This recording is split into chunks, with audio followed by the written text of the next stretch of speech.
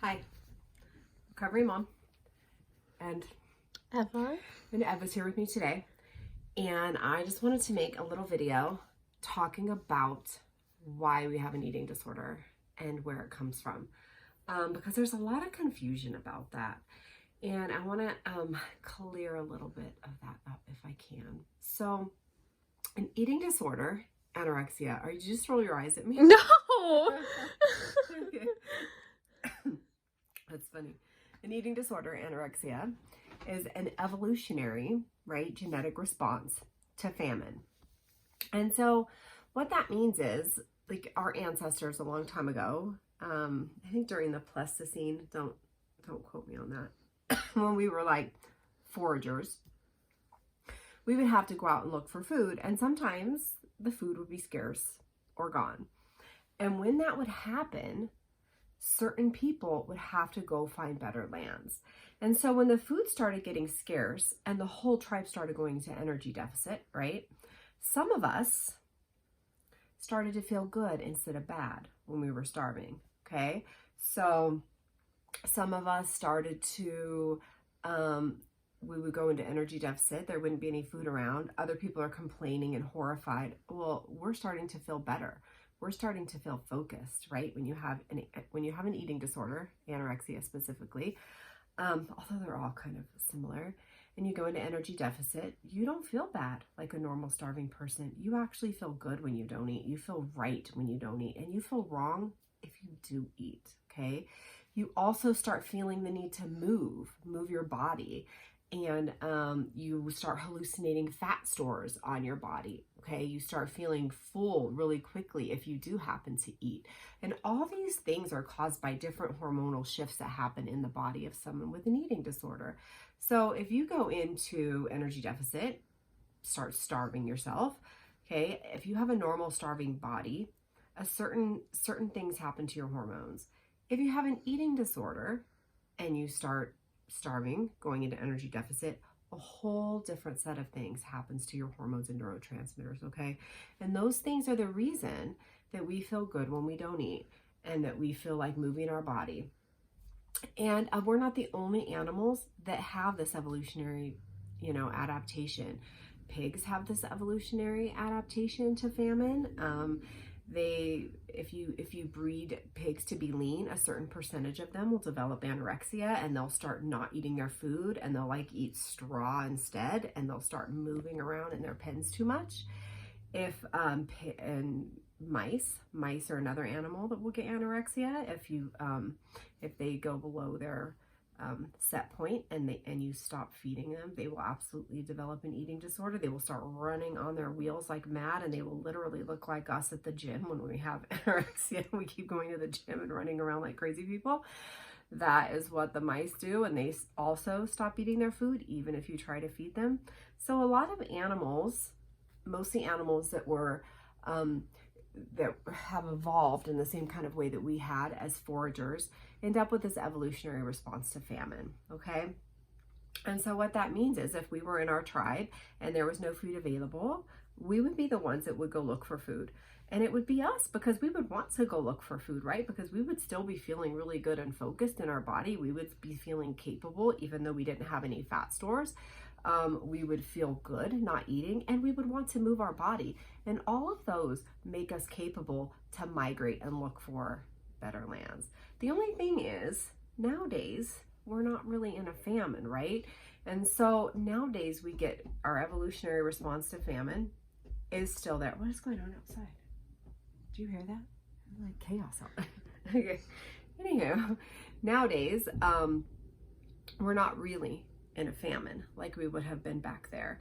And so there's kind of no end point. And that's why it's so difficult for us to recover from an eating disorder. Because let's say we were in that era, right? And we were migrating to better lands. One of two things would happen. We would either die trying to find that land, or we would find that land, we would bring our tribe, and then we would have a big celebration. And when we would have this big celebration, right, what would happen is the whole tribe would come together and you would want to eat with them. You would want to share in this wonderful moment. We found the lands. You would be revered. You wouldn't be considered somebody with a mental illness, right? You would be considered the person that saved your tribe. And so that all would help you eat through those feelings of not wanting to eat, okay? And also, back then, anorexia doesn't last very long because you would either, like I said, die or find the lands. Well, now we're not really in a famine environment, right? And because we're not really in a famine environment, once that evolutionary switch gets turned on, there's kind of no endpoint.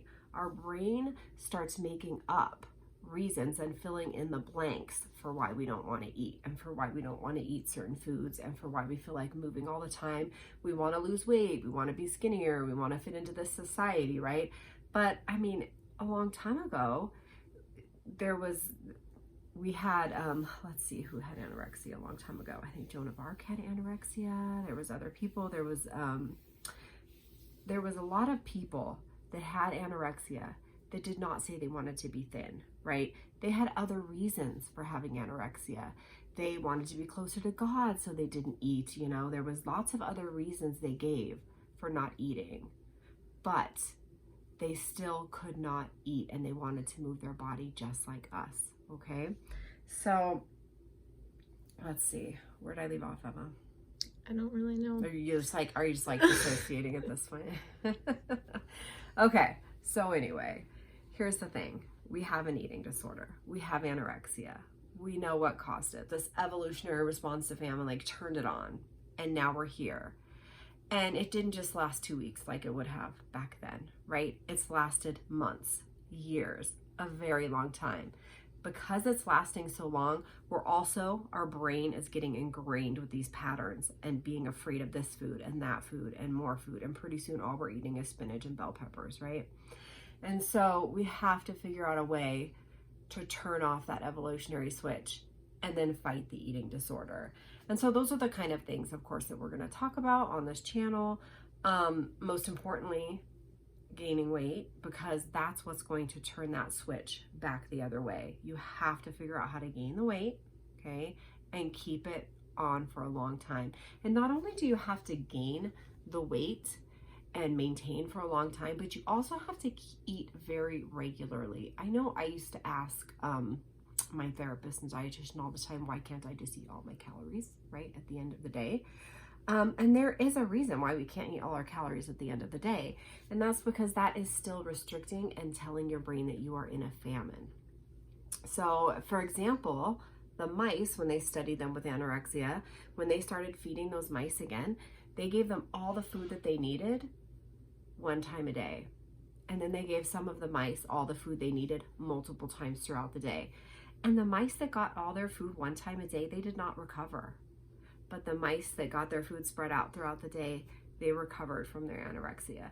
So we need to be feeding our bodies many times a day in order to prove to our brain that we're not in a famine environment and turn that evolutionary switch off, okay? So we can't just eat all our food at the end of the day. We have to eat multiple times a day, all day. Let's see. Is there anything else I need to say about the evolutionary aspect of eating disorders, Emma? I have a question. What does recovery look like in mice? Like, how did they know they were recovered? They start eating again. So, like, when they gave the mice food once a day, they would kind of, like, look at it, and they wouldn't eat to their energy needs. They would still restrict their food, and they would go and they would prefer to run on their wheel like mad, like we do when we go to the gym and avoid food. Mm-hmm. But when they gave them food, like, multiple times a day, I think it was 4 times a day if I remember correctly, they would eat at all those times, and they started gaining their weight stores again, and they stopped running, and they started eating normally again. I know, fascinating, right? Mm-hmm. The research is very fascinating. And so we need to start looking at our eating disorder from that evolutionary biological perspective, right? Not just from a psychological point of view.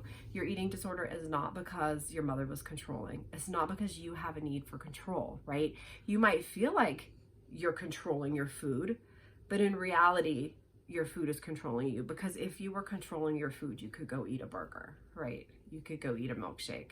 So we feel that way because anorexia makes us feel that way. It's all the hormones that are shifting in our body. An eating disorder makes you feel right when you do those things, but it's not the right thing to do.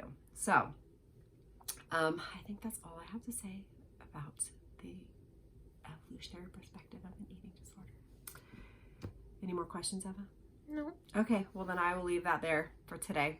And if you have any questions, or if I didn't explain something clearly, just leave it below. And eventually, when we get enough people hanging out with us, I can go live, like on TikTok. You can join us on TikTok also. We're over there. What's our name over there? Women Eating Food. Women Eating Food. I get it. All right, friends. Thank you.